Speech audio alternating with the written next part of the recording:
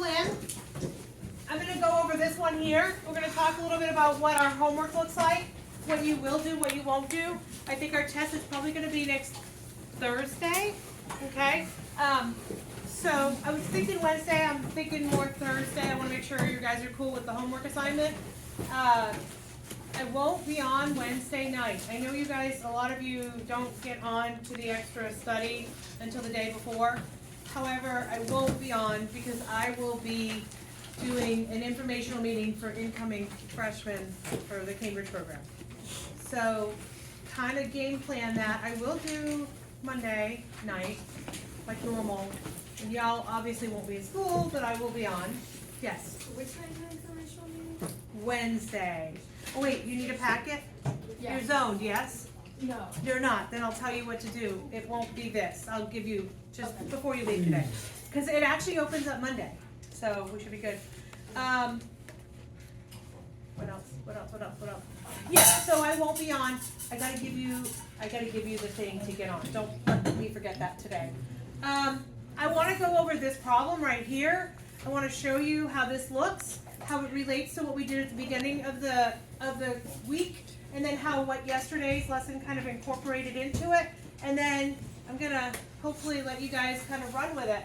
So this curve has an equation. So yesterday we had a lot of beautiful curves like x squared and x cubed. We knew they had just a parabola look or they had like the up-down look, like that. However, I don't know, I have a little bit of math behind me. I can't tell you off the top of my head what this looks like exactly. I know that there's a hiccup in this graph at x equals 3. Okay, do you guys remember the word that is used for this particular place if I'm graphing? What happens at 3? It's not stationary. I did a wild little dance for you at one point in our life. Oh, is it decrease? Yeah. It's the, you don't want to show your what? Asymptote? You don't want to show your asymptotes, that's right. You have an asymptote at 3, right? Right.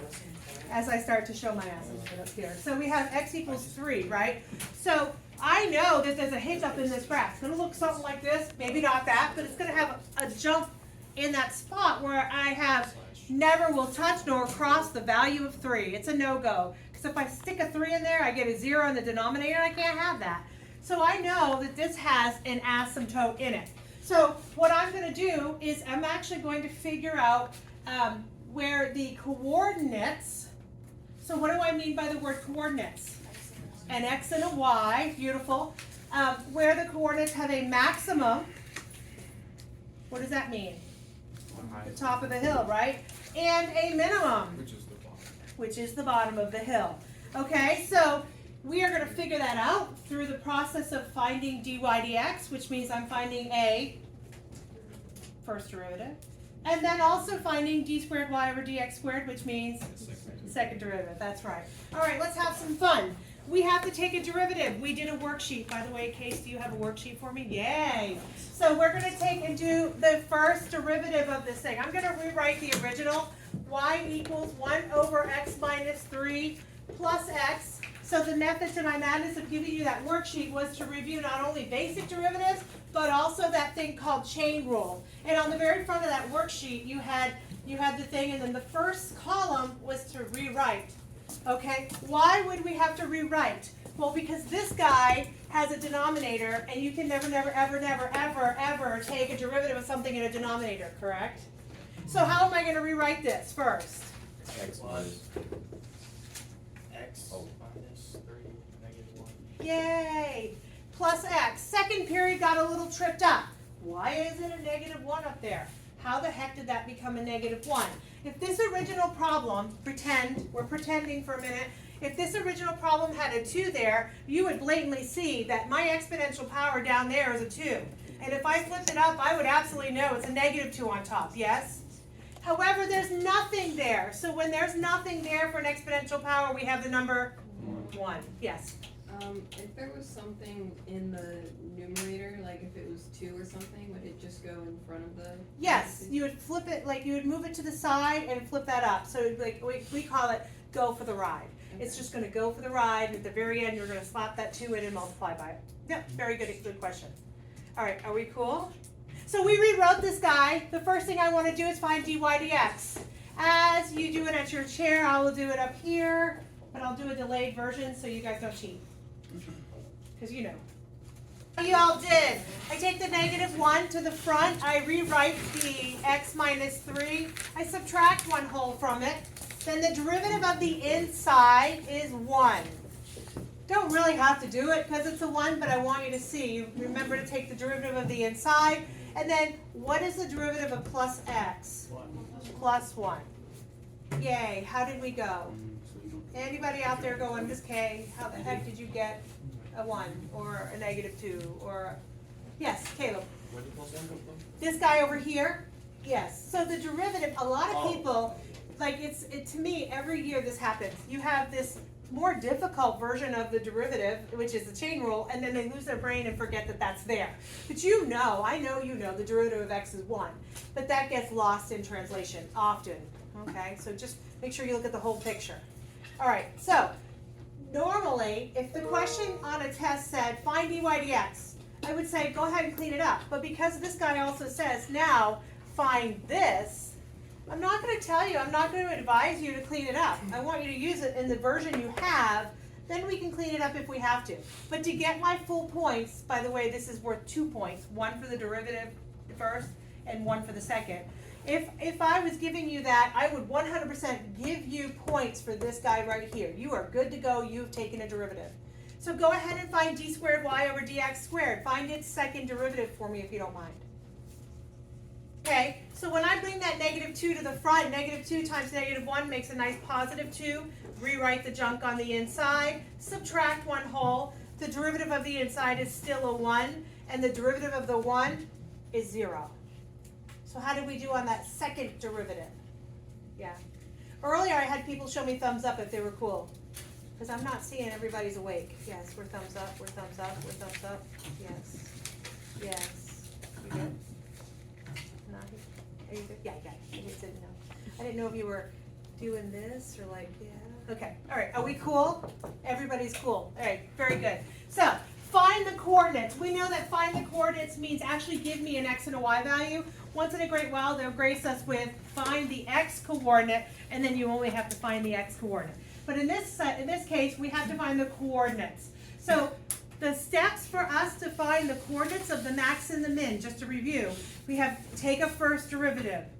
What do I do to that first derivative? I set it equal to 0. Then I solve for x. Once I get my x value, how do I actually find the coordinates, the ordered pair? Go ahead. Plug it back in my original. Beautiful. Once I have that, then I did that part of the problem. By the way, that particular part of the problem is worth, my goodness, is worth 5 points. So this is a 7-point question. How many points do you need at the end of the year approximately to pass this test? Well, last year it was like 28. This year, in the past, it's been about 41 points. But if you only needed 28, and that's worth 7 points, people, you are well on your way. Are you guys cool? You would earn college credits. Okay, so let's go ahead, take the first derivative, set it to 0, start to solve. Notice, this is a calculus problem. This guy right here was the first step of the calculus. This is the second step. What we are doing now has really no bearing on what calculus is about. You are actually going to algebra it. And so that's where the people are like, I should remember how to do this, but it doesn't always work in our favor. So dy over dx is equal to, I'm going to rewrite it by taking that negative exponent and I'm going to flip that guy down. Okay, so x minus 3 squared plus 1.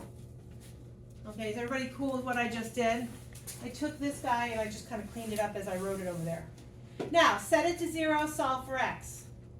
Sometimes it goes haywire because we have to review our algebra skills, okay?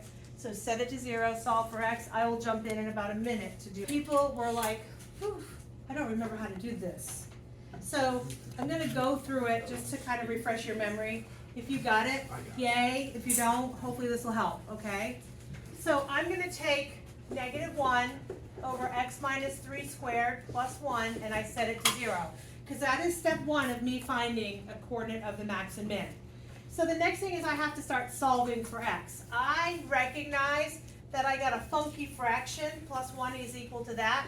I'm gonna add that funky fraction over there. Is everybody sweet with what I just said? Are we cool?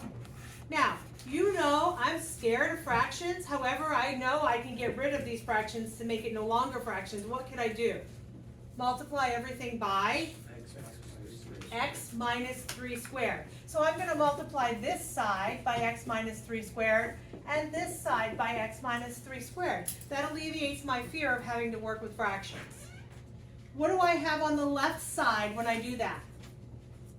X minus 3 squared times 1. It stays what it is, yes? What happens on the right-hand side? It becomes what?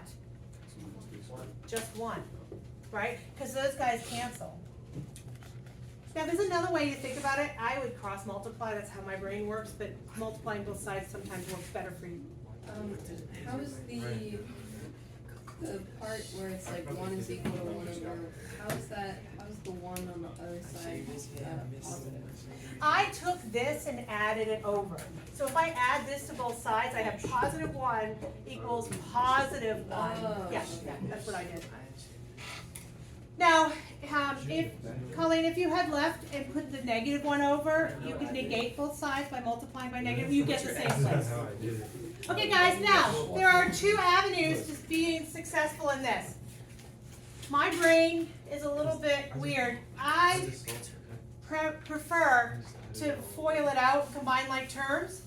Okay, that's just kind of where I'm at, but let me show you the alternate route as well, because you might be like, yeah, man, I'm going to do that. So I'm going to FOIL this out like that. Are we all cool? I'm going to bring it all to one side because it screams I'm a trinomial, set me to 0, and factor me. I know that screams in your head too, right? No? Yeah. So if I factor this guy, I have x minus 4, x minus 2. So my 2 values are 2 and 4. Yay? Route number 1. You could choose that. That's kind of like my preference. That's my comfort level. However, in second period, I had some people do this, and I was so excited because that's another route. Let me show you. I see a squared. What's my natural way to get rid of a squared? So if I square root both sides, I have the key to being perfect on this is I'm solving with a square root, so I got to remember what over there? Plus or minus 1. Yeah. A lot of you are like, yes, that's what I'm going to do. And so you're going to take positive 1, add 3, and you're going to take negative 1 and add 3. Lo and behold, the 2 answers, how shocking, are also 4 and 2. Because they're the same answers. It's just another route. I know. I'm a miracle worker. Right, I feel that way sometimes. All right, are we cool? Yes or no? Yes. You choose the one you like best. This works if you're squared, if you have a square. Yeah.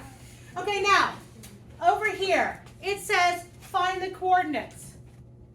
Coordinates means not the x-coordinates, but the coordinates. So literally, I have to do 2 comma something and 4 comma something.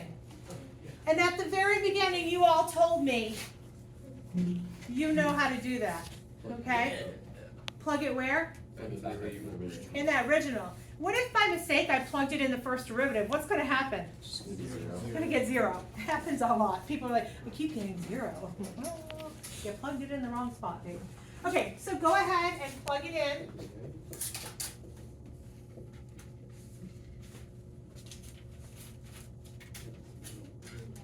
And literally, you will be successful if you follow the steps.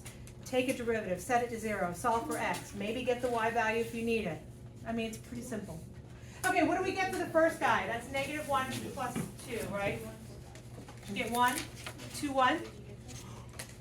Oh, yeah. There's an extra X there. I don't know what you're saying. Oh, the x, okay.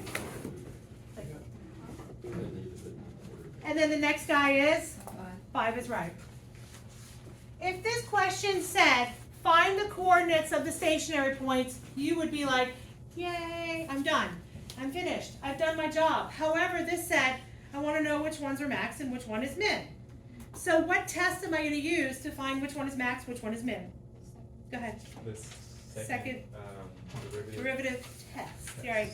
Second derivative test. The second derivative test says, if I take the x value and I stick it in the second derivative, if it's positive, it's up like a cup, which means I have a minimum.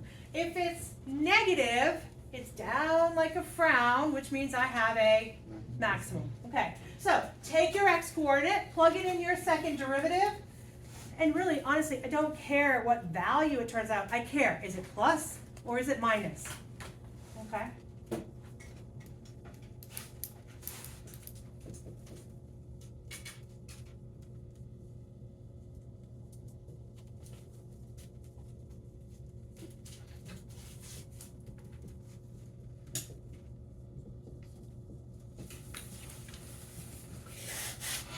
Okay, and if I plug in the number 2 minus 3, because remember PEMDAS, do parentheses first. 2 minus 3 is a negative 1. Negative 1 to a negative exponential power is going to be a, so close. Negative. If I raise to a negative exponential power, I'm going to get a negative. Honestly, I don't even care what it is, it's negative. Positive 2 times a negative times positive 1 is going to produce a negative every time. So this guy is negative, which means it's down like a frown. So what kind of thing do I have going on with the ordered pair 2, 1? Maximum. It's a maximum. Are we okay? I really don't even care. Look, I put negative there. I don't care what it is. I just need to know that it's a negative. Okay, now do the same thing with the 4. If I plug 4 in here, I've got, you can't see by my coffee pot, sorry. 4 minus 3 to the negative 3 times 1. 4 minus 3 is a number 1. Positive 1 to a negative exponential power is going to be a positive. Positive 1. Positive 1 times positive 2. Still positive. Times positive 1. Again, very positive. So we're ended up with positive, which means it's up like a cup, correct? Which means we have a minimum. What do you guys think? Good, bad, ugly, indifferent? I love you, Ms. Gay. I knew that was the answer. Okay, are we good? Are we cool? Yeah? You just want to be as cool as me. Okay, the next guy. The next guy is a problem that, so one of the hard parts about teaching you guys this level of math is oftentimes they intermingle something, a topic with another topic. This is a case where it's a topic I haven't taught you yet, but a topic that you do have, okay? Let me explain. They're telling you dy dx. What does that mean? They're telling you what the derivative is. They didn't give you a basic y and you solve for dy dx. The first thing it says here is find the equation of the curve. You don't know how to do that yet. Fast forward about 3 or 4 weeks, you'll absolutely know how to do that. This is a no-go. It's because when you have a dy dx, you take an integral and go backwards and find, and we're going to learn that. Believe it or not, we're going to have so much fun doing it. So that's a no-go. However, this guy, find the x-coordinate of the stationary point. Do I know how to find the stationary point? Yeah. What do I need to find a stationary point? I take the, and I have a derivative, yes. Here's a derivative. What do I do to that derivative? Set it to 0. What do I do to that? On that. Solve for x, yes, okay? So find the x-coordinate, I don't even have to find an ordered pair, and then determine the nature. Determining the nature means I'm using the second derivative test, right? You know how to do double I. So what I want you to do is I want you to find the x-coordinate of the stationary point, and then I want you to determine its nature. Give it a try, see how you do. A lot of people got hooked up in the algebra, and I'll step in about 1 minute. 1/2 minus 6 equals 0. How many people got caught up in the algebra and how the heck do I solve for this x? Nobody's going to admit it, right? That's okay. If you're like, thank you. Yes. Let's talk about, I appreciate your honesty, my friend. What we're going to do is I want you to look at it and then we're going to go, okay, I think I remember. First thing, I'm trying to isolate x. I want x alone. So what's the obvious natural thing to get rid of first? Okay, so we feel really good about that. So far, so good. Again, we're still trying to isolate x, so I need to get rid of what now? Divide by 3. Right? Are we cool there? So how do I get rid of to the 1/2? I do what to both sides? I square it. I know that. If it was to the 1/3, what would I do to both sides? Cube it. Right. I know that. Right. If this was squared, what would I do to both sides? I would square root it, which is really multiplying to the 1/2. Like you're taking the reciprocal of this number and doing it to both sides. So I'm squaring both sides. Oh, so you didn't have to do after 6. How do we feel about that? Yeah. You knew it? I need like Yeah, I I got had to be 4. squared, but I I squared told it. you I got it. Okay, only once you isolate. Like once you isolate, yeah. Because if you squared it before, in reality, you should take the whole thing and square it, and you don't want to do that. All right, are we cool? I did like a different way. I think it was just out of luck that I got it right, but What'd you I did do? like I times it by 2, like the exponent by 2, Well, to get rid of it. when you erase it after you cleaned it up, so So like what I did is I brought the 6 over and Yes. then I times it by 2 to get rid of the 1/2 exponent, and I got 12, and then I did 12 divided by 3, and I got 4. yes, you are 100% right. This is what you did. You took 3x to the 1/2 is 6. Yeah. And then at that point, you're like, oh no, I know I have to get rid of that. So you actually squared. Yeah. When you raise a power to a power, you multiply. Yeah. When you did that, you recognized that 3 had to be squared, and so does that, and you got that. That's not what he did. That's not what he did. That's what I did. But that's right. He multiplied it by 2. I multiplied it by 2 instead of, I don't even know how. Multiplied the I did 6 by 6, 2. I did 6 times 2. So it would be 3x equals Oh! And I got it. I'm sorry. I was so proud of you. I was proud of you. Yeah, no. You are so lucky, but no. That's funny. Okay, but had you done it this way, that would have been okay. Good job. We're kind of right on this. He took us on to a different route. It worked. This is the short path, this is the long path, that's the bumpy path. That's the. not even We might make it. exaggerating. Who knows? Yeah. That's what you crazy. Okay, so, yeah, well, by luck, you got 4, and the professor would have graded it over there, they would have been like, You got it, but yeah, okay, so, don't do it your way. Okay, so find the x-coordinate of the stationary point, determine the nature. The way that we have to determine the nature is we have a second derivative, we plug in the x value, if it's positive, it's up like a cup, et cetera, et cetera. So what do I need to do now in order to be able to do that? Second derivative. Don't you have to find the original equation? You don't, because it just said x coordinate. So all I want, if it said find the coordinates with an s at the end, that would mean you have to do part I, and I picked this one strategically because you didn't have to. But will you have to, potentially in a problem? Yes. And that's called an integration, and you don't know that yet. You're going to like it as much as you like this one. So anyway. All right, so let's erase this path because I need room. We're going to find the second derivative. Don't lie to them, Miss Kay. Alexis, don't lie to them. You're going to love integration. I'm making it as easy as I can. So this is dy dx, yes? Do me a favor, find the second derivative, please. Times 1/2 x to the negative 1/2 plus 0. Yes, no, maybe so? Yes. Was a high five appropriate, or, okay, good. It wasn't a false alarm high five? Nope. Okay, good. All right. The one mistake I do see often is that people forget that the 6 has to be derived as well, and they just bring the 6 along for the ride. That's a no-go. You have to make sure you derive it. It's not multiplied by, so it's not going for the ride. It's subtracted, so it has to have its own individual. I'm going to take the number 4 in. Honestly, I don't even care whether what the answer is. I don't care. I care if it's positive or negative. I do know, however, that a lot of people kind of have issues with that negative exponent. So it might behoove you to bring it back down for when you're plugging it in. It might make it algebraically easier for you. Okay? So if I'm plugging in the number 4 here, 4 to the 1/2 is truly also known as the square root of 4. So what is 4 to the 1/2 equal to? a 2. So that's 1 over 2, a positive, times positive 3/2. The result, I don't even care what it is, I just care if it's positive or negative. It is positive indeed, meaning it's up like a cup, so it's a minimum. Are we good? Yes? Beautiful. Now, here is the homework assignment that is on